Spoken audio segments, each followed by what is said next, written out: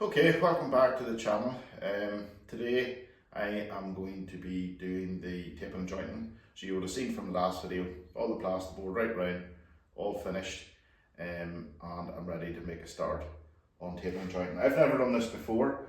I'm going to copy a few videos on YouTube that I've watched. It is pretty straightforward, but again, for your first time, it just might feel a bit overwhelming, taking on a job this size. Listen, I'm going to give it a go, see how it goes. Listen, at the worst case, I can get somebody in to do it, but I think it'll be grand. So that's what I'm going to do first is I'm going to show you the tools and the actual mix that I'm using and the paper for doing the joints. You have to put a paper bead, let's call it, down. So you muck your wall first, then you put your paper on, then you cover over that again with another coat. But I'll take you through now what tools I'm going to use. I didn't really go out and buy any really expensive tools, to be honest, but I already had a float, so you need that. Then I bought a wide scraper. It's about maybe 250 wide.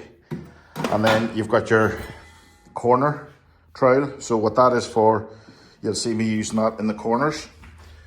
So when it gives you a nice clean finish in the corners, rather than, it's very hard to get a trowel in each side and still get a nice neat finish, but this here gives you that neat finish. And then this is the paper I'm using here. Okay, so you get that, there's 90 meters in a roll, and then that's the way it looks. But you can see there, I hope you can see, yeah you can, there's a seam in the middle of it. So what that seam is for is you can fold it like that, and then you use that again.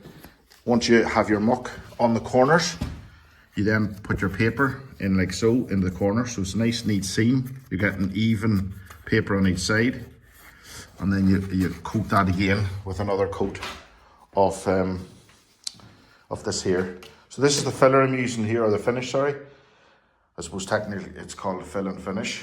It comes pre-mixed in the bucket, and then I've got me cordless with me because you have to just be careful. What I'm going to do is I've got a smaller scraper here. You can just run your knife up, and if it catches on any screws, you can just give them another wee quick tighten up, because you don't want the screws protruding. So I think there's one there, listen. So it's catching a bit there, so I'm going to have to put that one in a wee bit more. And that's all the cordless is for. So I'll stop talking and I'll get stuck into this and see how it goes. So I'm just going to give the skim, call it, the joint filler, whatever you wish to call it, compound, a quick mix just to get it nice and creamy.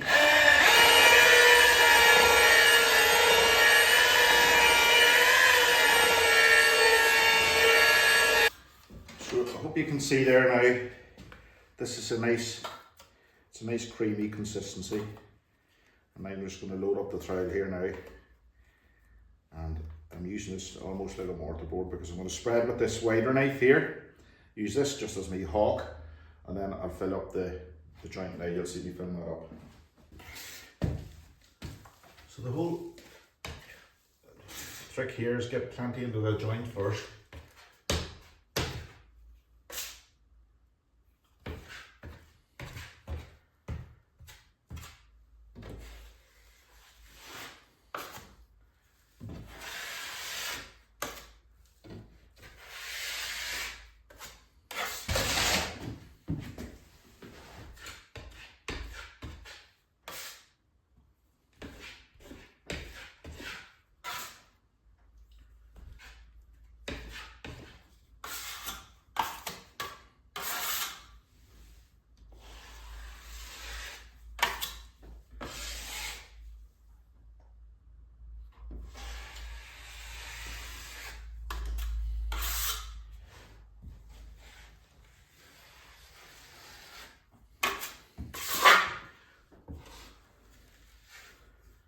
So I've got my paper cut to length already.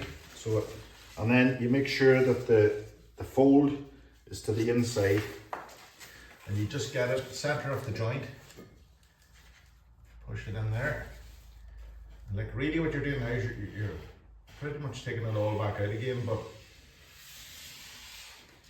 There's a method behind my madness.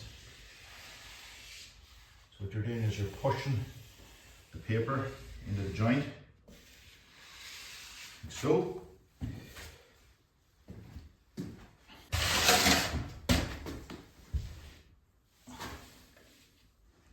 you try and keep the paper out and push it into the joint, making sure you're staying in the middle of that. And just push it down.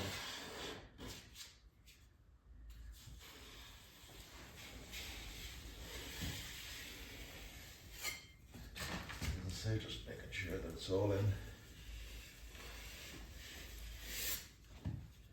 Okay, and there's no creases in it if you can.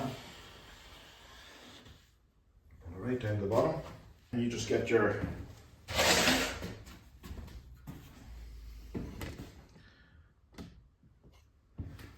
so once you've pushed your paper back in to the joint, you just get a little bit of this here because there's obviously enough in there. You just go back over it again, pushing that into the joint, like so. And you're just pushing. And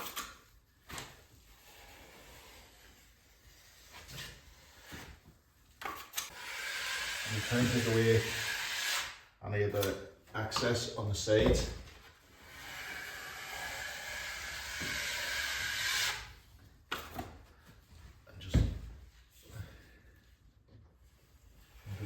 More, keeping a nice push on it all the time. You don't really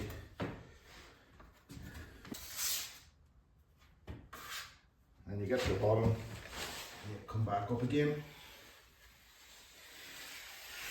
to where you finished off.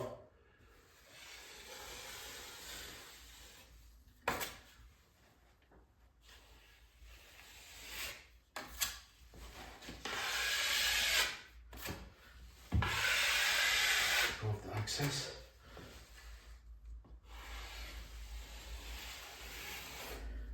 And that's pretty much what it looks like then. So you can still see the paper through it, but you can see there's a nice even coat the whole way down, right down to the bottom. Now there's a bit of a crease there, so you just literally get your scraper and try and get that out of it, and that's it. That's your first coat done. So all these joints get 3 coats. So you've put on your first coat, stick your paper on, then you put on that second coat that I've just done there, and then you'll put on another wider coat thereafter. Now I've done a couple here, just I wanted to get a few done before I turn on the camera. But it isn't too hard to do now, and I'm not sure if I showed you before, but just in case, I'll take you over to a joint and I'll show you why. So if you can see there now, I hope you can see on camera, in the middle of that, I'll lean in on this. So if you can see along here, that beveled edge, so it starts here, and it goes across to here. So you're really filling that up. That's basically what you're doing with that jointing compound there. So you're just filling that up, and then once you float with your float down like so, you can actually see the lines there anyway, in the bevel. So you're just floating it down then, and it's flush then with this side and this side. So that's really all you're doing. So I continue on here, and again, I'll just drop in now and again and show you how I'm getting on. I'll show you the second coat, but that's pretty easy, to be honest. Just literally put on your first coat, put on your paper on top of that, push it into the joint, scrape off the excess, leave it, on to the next one. And I'll show you now doing an internal corner over here.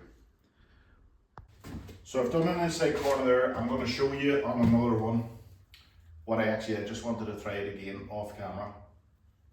But what I'm going to do now is I'm going to fill up all the screw holes, and just to make sure that there's no screws protruding, you know, you want to be rubbing your feet. There's one there. Just have the drill with you and just give it another wee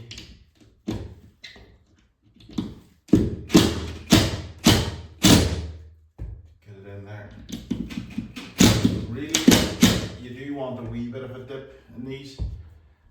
There's another one there.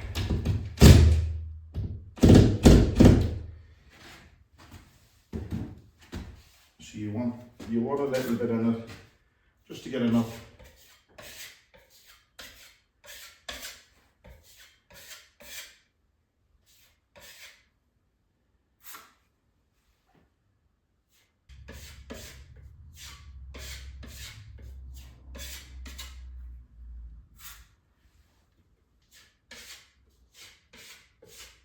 That's all the screws done there, and again, as I said, it'll not take you that long to fly around there. So I've raced on here. I've got all the walls done now, so you can see there. Get up close here. All done, right up to the top, down to the bottom. I've got all the screw holes filled, and then you can see right round. Excuse the untidiness of all this, but that's it there. All done under the windows, above the door, right round in a full circle to there. So I've been working away here, and I've done all the outside corner the whole way around the building, or you know where the ceiling meets the walls, right round. So that's all done, and then I've started the joints here, which are, we'll call them the flat joints or the butt joints. So I've done those 4 there now, and I'm just ready to start one over here. So I want to just take you through this because these are slightly different than your standard, let's say, bevel joint, the same as these here. It's different than them. So this is just literally, you can see the 2 boards are just butted up against each other and then screwed into the joist that's running parallel that way. So I'm just going to put you on the camera stand then and show you how I'm doing this. So it is slightly different to what these are. So you literally just put plenty of muck on here, stick your tape down, you get your float, and then smooth it out. And that's basically your first coat, and it should end up a bit like that there. That's what it should look like after. So for this, I'm using the trowel here as my hawk, and then I'm using a 3-inch or a 75mm knife. So basically what I do is I fill up the joint with some muck, first like so. Not get it on your trousers if you can.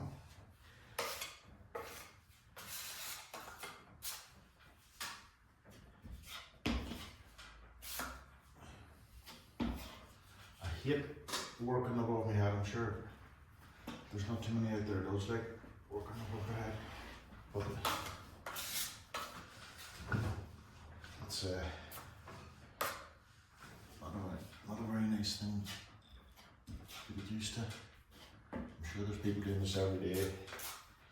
They'll be looking at me now and going, what the hell is that? Try not, but here, it's working for me at the minute.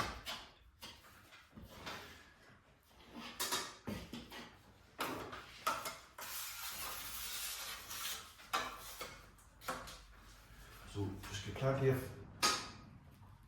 muck on for the paper to stick to.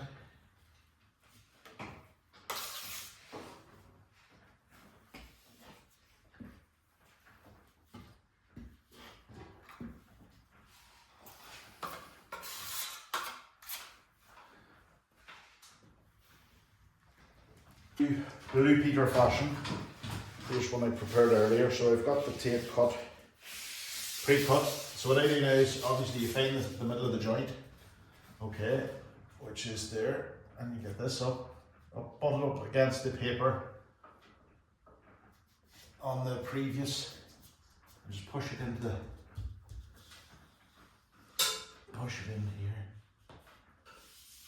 Okay, and then you get the knife and you just push the tape down into the muck, and what you're doing is you're pushing on the air pockets as well out to the very end, like so. Just take off one access, like so. Do the seeing them back in towards the wall, but I'm pushing it right up. And then at the end, you just push it out like that. So then, just to get a bit of a layer on it, you go back over it again, with coming out about 50mm on each side of the joint like that. Getting some muck out in the edges of your paper.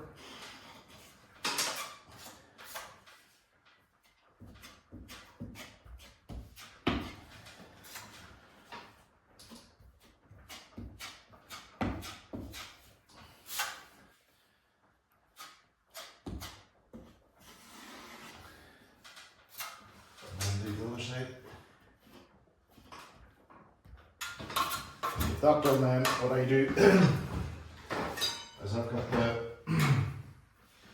it's a 6-inch blade then I have, and I just start in at the wall, and you put lots of pressure on it now and push it right out like so.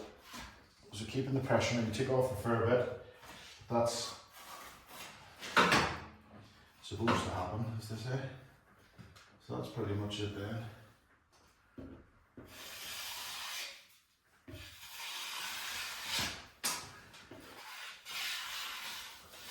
And that's it. Simple as that.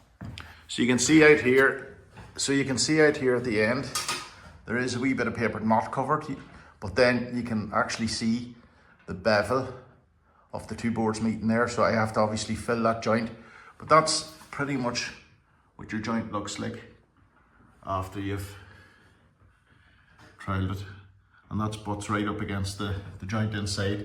So then obviously that comes out a wee bit wider, and then the next coat you come out a little, get my fingers out of the way, you come out another wee bit, maybe out to about here with the next coat, and you use a wider blade then to pull it all off, and then you just literally sand it. So obviously all these holes, screw holes, have to be filled as well. That'll not take long. I'm going to start now down here and work up my joint here now, this one. So that's it, finished. First coat, the whole lot. I have a couple of just the screws to fill up there, but nothing major. So you can see now the whole way down.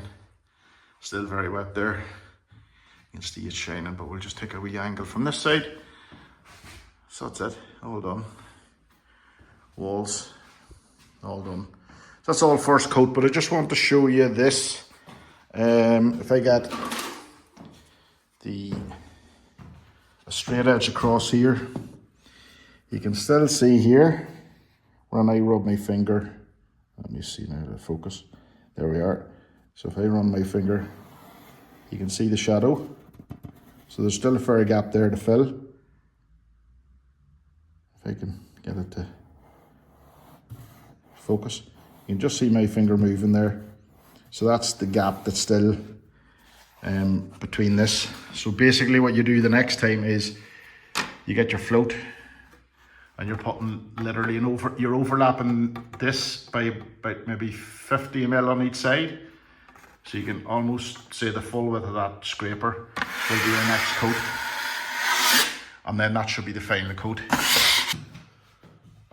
Okay, so another day, and I'm just about to start sanding all the joints on the screws where I filled in the tops, and obviously the ceiling as well. So what I'm going to use, so I've got a pole here, sanding pole, and I've got this mesh.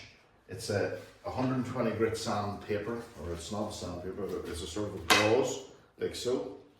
So basically, you cut this off in strips, you clip it into your pole, and then you literally just sand off. Now I'm going to wear a mask when I'm doing this, just for illustration purposes.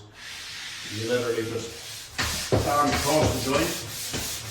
This only needs a light rub, because this is going to get another coat now. So what I'm really doing is just taking off any roughness that's on the sides here, so that when I put down the next coat, I'll be using this here, that you're getting a nice smooth, but there's no rough edges or anything to catch the knife that's going to throw it off and leave you with bumps and humps, because you're just going to have to sand that off then, the next time, so it's easier just to get it on. So you'll remember I done the first coat, I put in the paper, I put a second coat over that, and now this will be the final coat. Quick sand, and then I'm going to use this knife. It's probably about 250, maybe 300 wide, and that's just going to be nice and even, scrape down the joint like so.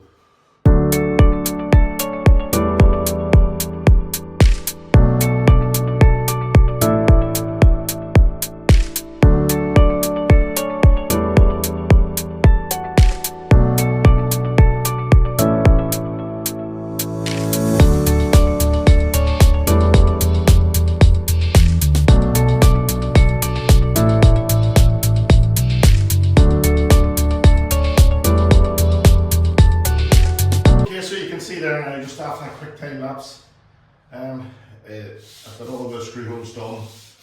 This is all sanded down, so you can see if you go a bit too heavy, there's obviously a bit of a difference in the level of these two boards, so just need to be careful. That seems to be the only one so far, but you can see the detail, you probably can't see, but I can tell you they're nice and smooth, and another coat now should do a really good job on that. Not gonna lie, it's the sealing's a bit awkward. This keeps turning, it's very hard to get it right. But here, I'll work it out as time goes on. I'm sure I'm only starting here. So rather, as I said, than bore you with all the sanding, what I'll do now is I'll do all the sanding, an hour should do a lot of it. And then I'll take you back on then when I'm doing the actual final coat. And all is we'll start filling this with here, so it's just same process. Again, I'm not going to show you this whole thing because it's very repetitive. The whole thing is just getting on a good overlap on the last coat.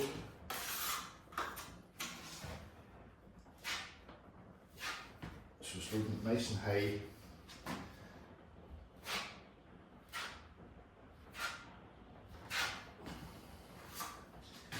And because this is dry underneath, you've got a bit of working time with it. Don't get me wrong, it doesn't dry straight away, but you've got less working time.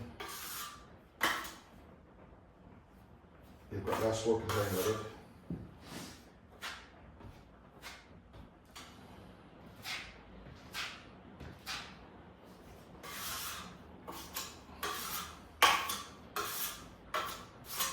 I don't know if you can hear, but it's absolutely lashing outside for a change. You might be able to hear it on the roof, but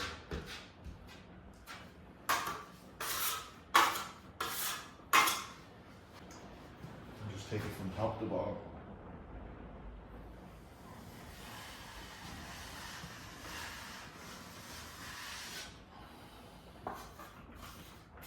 See, the mattress, you're taking off it again. It's because it is pretty full now, but what you're doing is just, I can still see a wee seam there, but let's see how we go here. So start about, nice push on, we'll see, bloody, there must be a,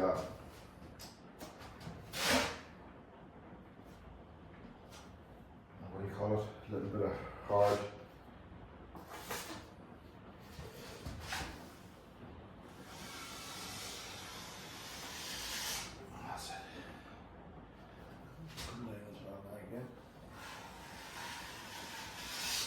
That's it. Okay, so I've just started rolling on the first coat of sealer. So basically it's PVA. So it's 4 parts water, 1 part PVA, and that's to seal the walls so that, as I said, I think in another clip, that when you paint the walls, this bit that's filled in between each sheet and on any joints and screw holes won't show up. So it basically seals it so that it's just gonna, when you put on your paint, it'll be all one. So you can see there, I think in the camera, that's a bit darker than that. So I've done that wall there. I'm going to zoom out, maybe it might help. No, I'm zoomed out. Yeah, so I've done that wall there. I've done here and right over as far as the door. So I'm just literally working there now, coming round and continue on now and do the walls. And that's basically what the PVA looks like. So it's just it's cheap PVA out of B&Q. And then I bought a bucket of Dulux, 10 litres of Dulux white silk, and we're not going to do ceilings differently, we're just going to do it all in one. Hopefully I'm going to spray it. I don't know how that'll spray. You can water it down, but it does lessen the guarantee that it's as good as what it says in the tin type thing. So I'll just see how it goes first. I'll do a wee test first, but I'm going to continue on with this. Again, it's pretty basic, it's not rocket science. Don't want to bore you with it, so I will continue on rolling here now the PVA on, and once I get the sprayer set up I'll start filming again. Okay, so we've skipped on the last clip. You would have seen me setting up the sprayer. The sprayer didn't go too well, to be honest. The paint was just too thick, so I just rolled it. I rolled the whole thing. Now, it obviously took me a lot longer than I would have liked, but it took 4 or 5 coats. I think 5 coats is what I put on. But I'm really happy with the finish. We just done a white sheen the whole way along, and as you can see now, it's all finished right round. Ceilings, the whole lot, it's all done white, and you can see there's quite a shine of it up there. Yeah, so it turned out okay. So what I'm doing now is over here. So what I've done now is I've just set up the steps and the drills and so on. So you can see up here I've got a screw in the ceiling. So that screw is my first light, okay? So it's pretty straightforward this here. Now if I had a laser, I could run a laser line down the right distance out from the back wall to the first row of lights, run the laser down, then all I'd have to do is measure in between. But what I've done is I've got a length of timber here, like so. That's the exact distance between each light. So I've just measured out the first one from the back wall here to the first light, and I measured out the right distance from the back wall to the centre of the light. So now all I have to do is get this timber to this screw out the 1071 that it is, millimetres. It's 1071. Measure in my 580 from the back wall, put in my screw, go on to the next one and the next one and so on until I get the full row down. Then I know from between this screw and the next row of lights it's 900, and then I know from the front wall to the first row of lights it's 580, and again straight row down. So it'll be fairly quick. I'm not going to bore you with it. What I'll do is I'll put in all the screws now off camera. I'll come back then, and the reason I'm putting in the screws is because obviously that's going to mark the centre of every light.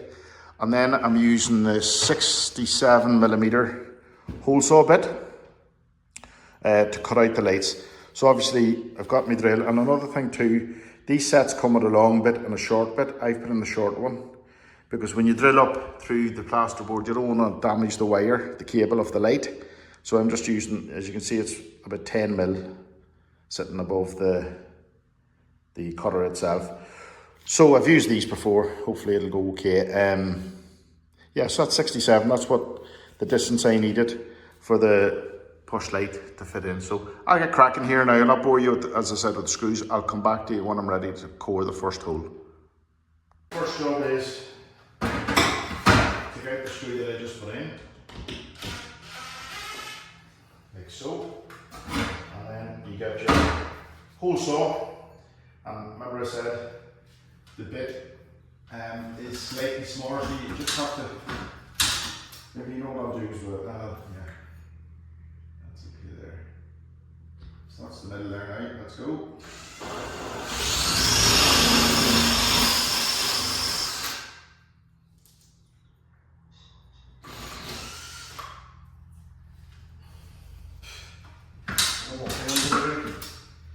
Put on a mask. Flipping heck. So that was a nice clean cut, and thank God I got it in the right place. There's the cables. Oh shoot. Okay. So the cables are out, so we'll just push them back up for a wee second. I'm gonna just show you now, hopefully. The light might go in with the amount of cable that's up there, but it should be okay. So you need to be pushing the wings. Shoot, I wonder if this has to go as well. I'll just wait some time here. I just want to let you see the idea. Yeah, there's too much wire up there, but it's perfect. It will fit, and I'm going to do one of the ones down the line where it's a bit more room. But it definitely is going to fit.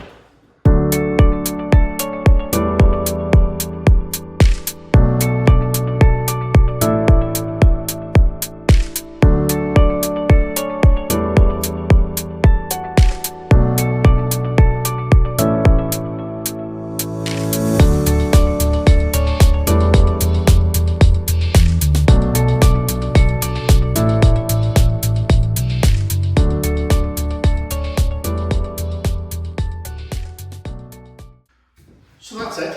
All the cables, as you can see, is down. I've just done a quick time lapse there, filling all the holes. Didn't want to bore you with doing it one by one. So they're all done, and that's it really. This is the second last video. The unit completed, because Chris is coming to do the lights and the sockets, and put the consumer unit up and so on. There's floor covering to go in. It'll probably take half an hour to put that down. I'm not doing it, there's a guy coming to do it. So, but that's really it then, other than doing the trims around the windows. I might do a video of that in the last video. So what I'll do is I'll do a video of me showing how I trimmed out around the doors and the reveals around the windows and doors. And then I'll just do a tour. It'll be a studio tour. So that is it. Thank you to all the new subscribers. I'm well over the 170 now at this stage.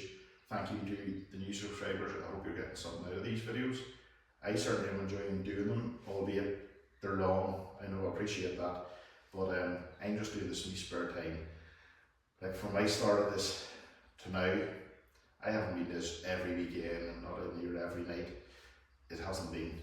You know, as I keep saying, or I said in another video, 2 men worth their work, you know, if they're good joiners and worth their time, that if that's put up in 2 weeks, completely finished, ready to move in, it's probably taken me months and months to do it, but I've only been doing a couple of hours here, a couple of hours there, not Saturday and so on. So that's probably why it's just dragged out a bit longer than I would have liked. And yeah, that's it. I'm near the end. That's the nice piece about it, and I enjoyed every single bit of it. And then once I'm doing the reveals, I'm doing my final show around outside and inside, and that'll be it. That's the end of the studio build. I'll be moving on then to finishing off my MFT table, and then to do my miter saw station. And I've got the Mercedes to start as well. As I said, I've got some pieces bought for that already, so I'm ready to start there. So that's it. As I said, thank you to everybody who has subscribed. Please like and share these videos with your friends. It keeps the algorithm going in the background. I'm getting nearly 10,000 views as well across the studio build, so I'm delighted with that. So thank you, and until the next one.